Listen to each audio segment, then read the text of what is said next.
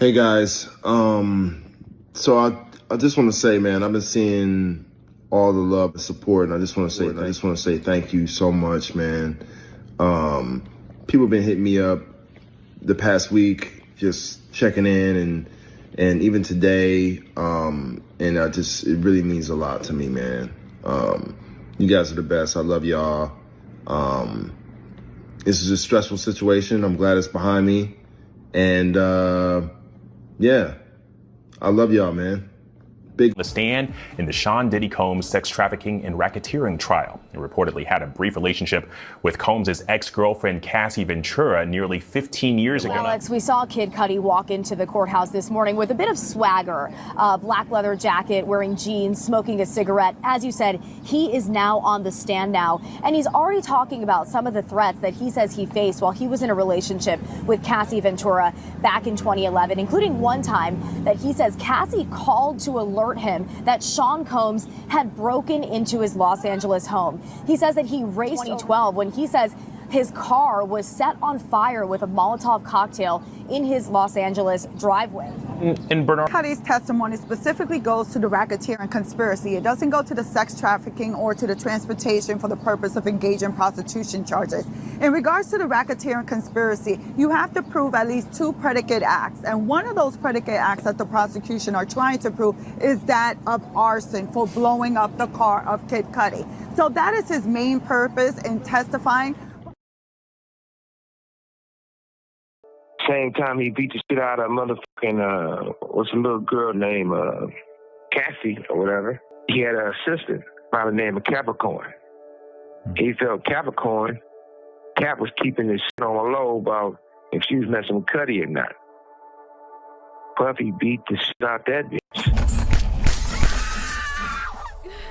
It was an Interscope person, the Interscope check that paid her to settle or he wouldn't go to jail. They say silence speaks louder than words. But when Kid Cudi broke his silence, the courtroom fell silent too. One word, lying. And the entire legal defense of Sean Diddy Combs was shaken. What followed was a testimony so chilling, so personal, it blurred the line between music industry myth and legal reality. In the ever-intensifying legal storm surrounding Sean Diddy Combs, a new chapter has unfolded, one that centers around a voice from the past, a voice that refused— Were victims or victims. were perpetrating? Victims. They were all eight were victimized, Yeah, meaning victim. this was happening to them and they were inebriated. Right. Not knowing, I guess, how much proof it was in it, what they was doing. And of those eight, how many seemed to be potentially minors? 2 to 3, possibly 3. is to be silenced. That voice belongs to Kid Cudi, and what he revealed on the witness stand could change everything. It began with fire, not metaphorical fire, the real kind. Flames that consumed Kid Cudi's car in a mysterious and terrifying blaze. For years, the origins of that fire— Pretty much that the judge ruled not to exclude the photo. So this photo will be admitted into evidence. Now, victim one was also brought up by a kind of a defense argument. And this argument was a little surprising to me because, you know, for the most part, it seems that the defense at some kind of aspects and points of this case have kind of been trying to paint this picture that Combs, in a way, you know, he lives an alternative lifestyle. This is just, you know, these are consensual relationships between, you know, his former girlfriends and these escorts that are a part of, you know, these freak-offs that the government is painting kind of his, you know, discretions about. But as far as how this has to do with victim one is that the defense is pretty much going to tell these jurors essentially that there was mutual physical violence, domestic violence between the defendant, that being Diddy, remained shrouded in suspicion. But now, under oath, Cudi pointed a finger.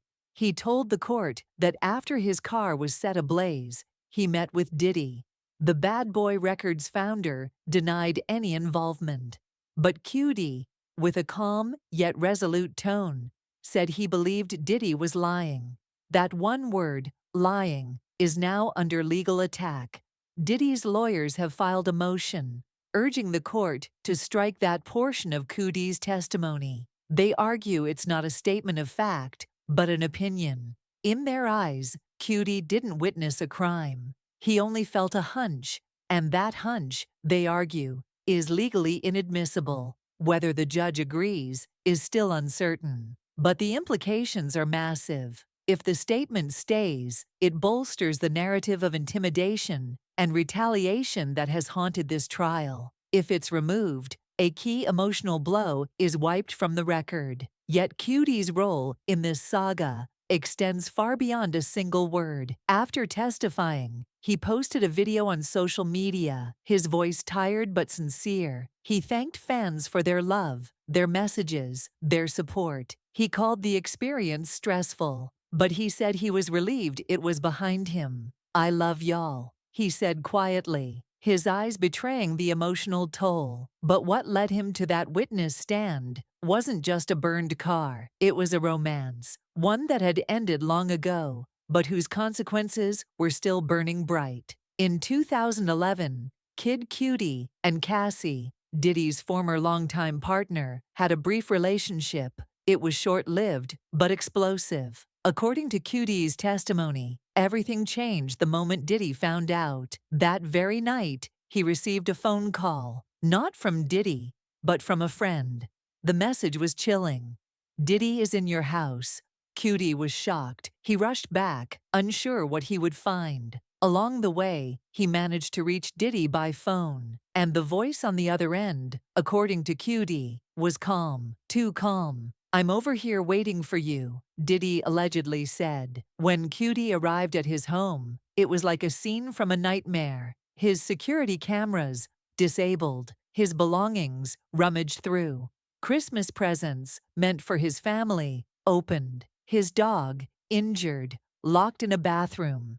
To Cudi, this wasn't a coincidence. It was a message, a silent threat wrapped in chaos and wrapped in fear. He never forgot that night. And now, years later, he's speaking out, on the record, under oath, in the middle of a case that's pulling back the velvet curtain on one of hip-hop's most powerful and secretive empires. Diddy's team continues to fight tooth and nail to protect their client. They argue that Cudi's belief in Diddy's guilt is irrelevant unless he has concrete proof. But Cudi's testimony, especially the emotional clarity with which he delivered it, may prove more powerful than any physical evidence. As the judge considers whether to strike Cudi's words from the record, the world watches. This case has already shaken the music industry, exposing dark alleys behind the red carpets, shadows behind the spotlights, and with each new revelation, the image of Diddy as a larger-than-life icon becomes increasingly cracked. For Kid Cudi, the courtroom battle may be over, but the scars remain. And for Diddy, the storm is far from done.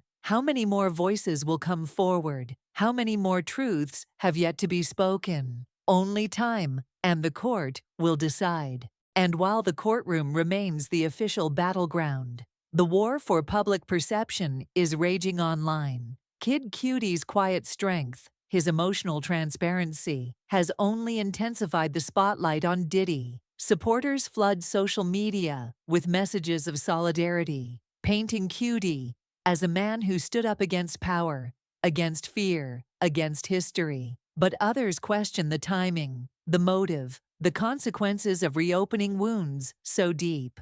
Some ask, is this justice or revenge disguised as truth? For Diddy, the pressure is unlike anything he's faced before. The man who once commanded stages, who built empires from rhythm and rebellion, now finds himself surrounded by shadows of the past, shadows that refuse to stay buried. The legal motions, the strategic silence, the carefully curated denials, none of it can change the fact that his world is unraveling, piece by piece, story by story. And Kid Cudi is only one chapter in a growing book of testimony. His relationship with Cassie may have lasted months, but the aftermath spanned years. In court, Cudi didn't just relive a personal trauma. He ripped open the curtain on a moment that may have triggered a chain reaction of paranoia, obsession, and silent threats. The details he shared, the burned car, the broken security system, the injured dog, weren't just anecdotes. They were symbols